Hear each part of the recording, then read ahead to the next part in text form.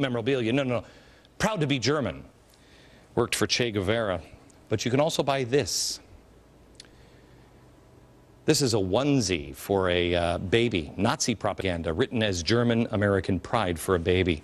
Progressives have written and rewritten history. Have you ever heard of the Nazis in America before? We have to know about the Nazis and next the people that led them, and then the communists that were here, so we don't repeat our own history. The left loves to call me Father Coughlin. That's a real insult. I mean, it is, especially now that I've done my research on I know who this man is. I'm going to introduce you to him next.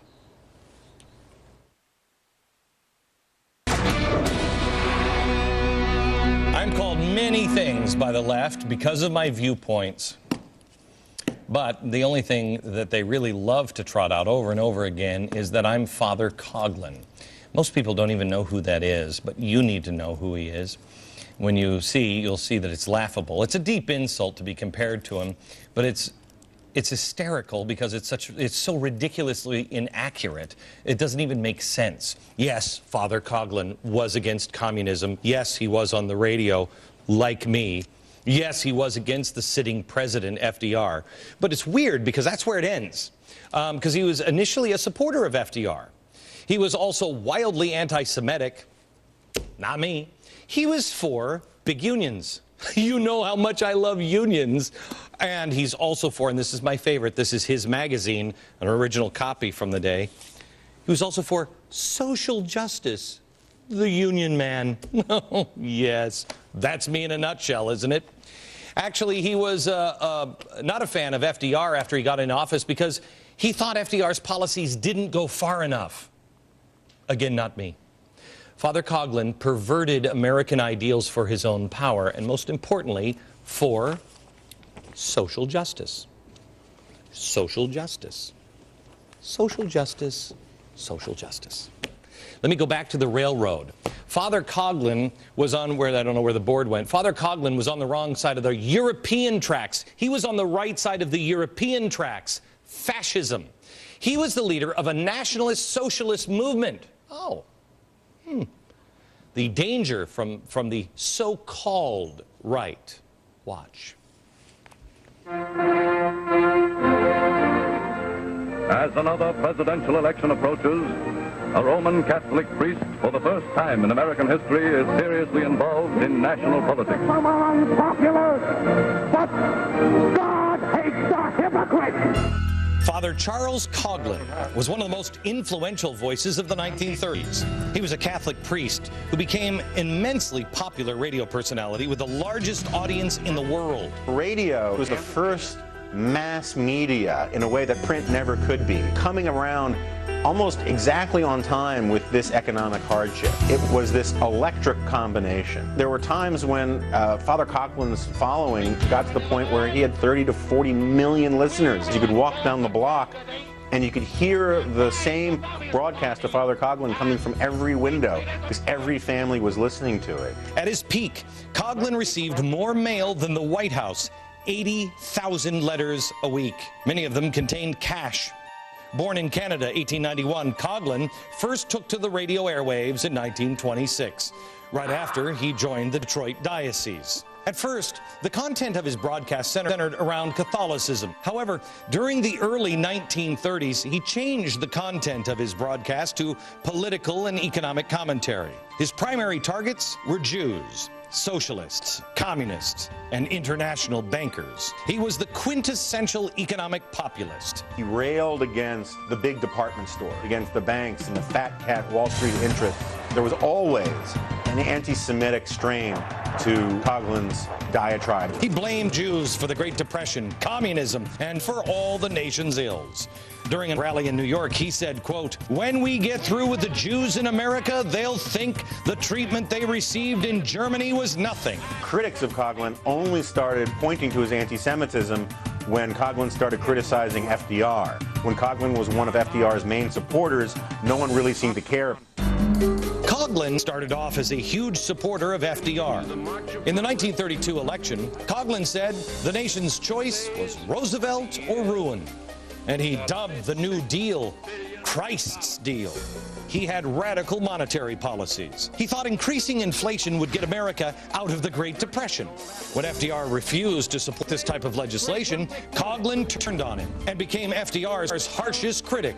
He called the president the great betrayer and liar and a Jew.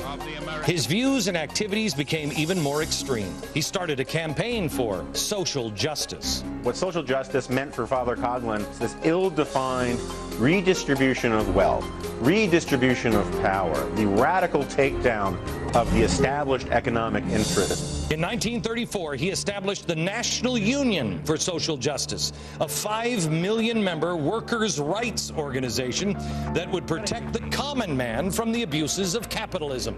He also started a national weekly newspaper called Social Justice that promoted congressional candidates and reinforced his radio themes. We will endorse a candidate who can rise above his party and puts patriotism first.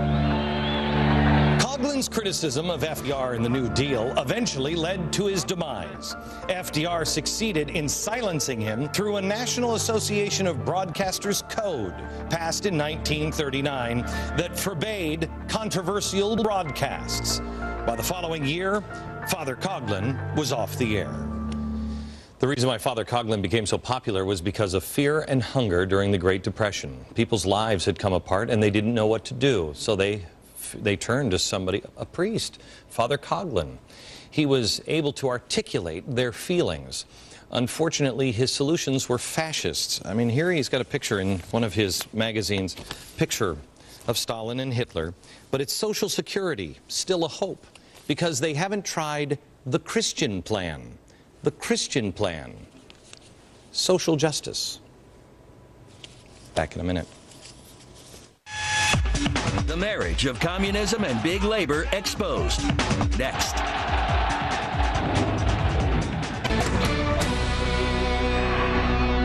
History teaches us, at least the history that you get in school teaches us, that FDR was a great American president, that he saved us, that people, all people, loved him, that he had the same vision our founders did, and that we just wouldn't have made it without his programs. Well, I don't think much of that is true. FDR was wildly popular, just as Barack Obama is wildly popular today. But the opposition has kind of been sponged from the history books, just like the opposition, the Tea Parties, has been sponged out already by Time magazine. But if FDR was so beloved and nobody was spooked by how much power he took, why was it that his body was barely cold when they passed the 22nd Amendment to the Constitution to make sure that no one could ever serve as long as he did? His policies didn't save us. In fact, it was only in America that the period known as the Depression is known as the Great Depression. Why? Because his policies stripped the free market system and actually prolonged the Depression. I'm going to show you a game in a few minutes that was made in the 1930s that will blow your mind. And FDR also surrounded himself with anti-capitalists and communists. Yes, people who revered the ideas of Marx. I'm just reading in this paper how the 1936 candidate for the Communist Party thought the New Deal is great. The communist movement was huge in America, huge in the administration, and huge with the unions in the 1930s. The only thing we have to fear is fear itself. The year 1933. The country had a new president, Franklin Delano Roosevelt. The economy was in the depths of the Great Depression. Overseas, German dictator Adolf Hitler rose to power. Anti-communism became a great political debate.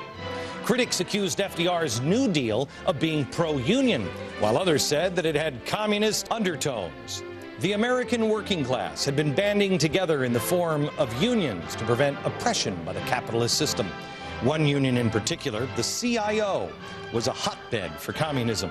Meanwhile, Earl Browder emerged as a strong leader for the Communist Party under the idea that, quote, communism is the 20th century Americanism. Because after all, quote, we're all true